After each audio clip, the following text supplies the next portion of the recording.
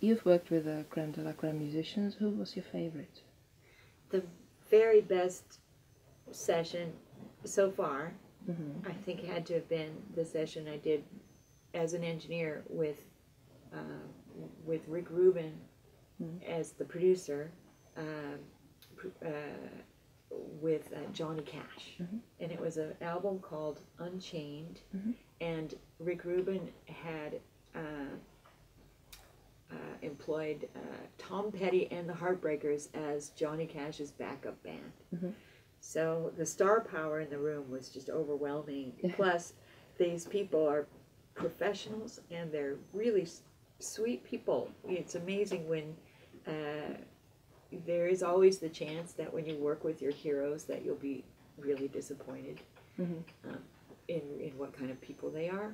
But these people are great, professional, and likable people. And Johnny Cash was like my grandfather, you know, and just soft spoken, with a deep voice, and humble. He didn't think he sang very well, and he didn't think he played guitar very well, and he apologized for that. And you know, when he's apologizing to me for how he can't play the guitar very well, it's just kind of like, look, you don't have to apologize for me. You're doing fine, you know. Would you say that humbleness is some kind of feature that's distinctive of good musicians or good artists, or what is it actually that makes the difference? Well, you know, there has to be some kind of ego driving the need for a musician to be heard. So it's refreshing when, you know, after their success, that they indeed will admit that maybe they are not all that good that they're cracked up to be. I like the fact that these people are humble the best. I think that there's a really good quality with the Tom Petty and the Heartbreakers and Johnny Cash. I've worked with people that were not humble, that were really not fun to work with. You know. But could they still make good music? Yes, they can. Yeah. It just comes from a different place, I guess. Yeah. So what is it that makes a difference between a good musician and an average musician? Do you have any observations? Well, number one is the song. There has to be and I hate to boil it down to such commercial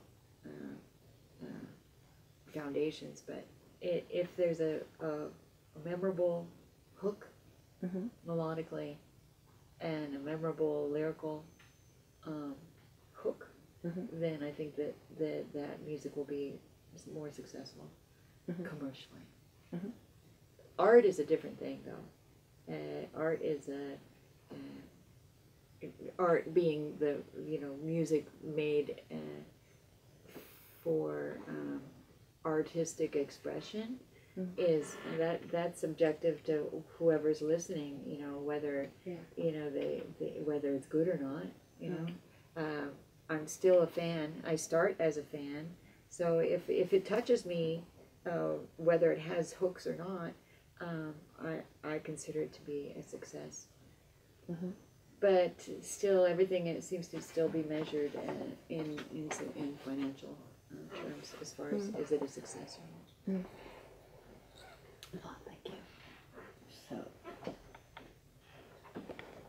can you tell if a musician is driven by ambition to be famous from music? I think they all are, honestly. Yes. Yeah. Sorry. Right, Adrian? Well, no, you don't want to. It's like these graphic artists, that people are painters and people who say they're never going to do an exhibition because they don't want people to see it. It just makes no sense, right? Makes no sense whatsoever. Yeah, no, everybody is driven to be acknowledged, accepted. Yes. And sometimes that takes different forms. sometimes the angry music is and a desire to be heard.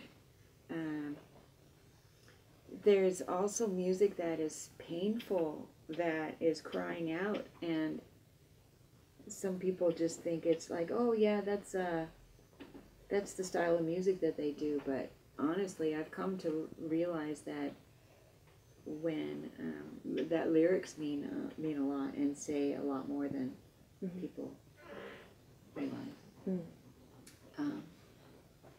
Yeah, I think people want to be heard, understood.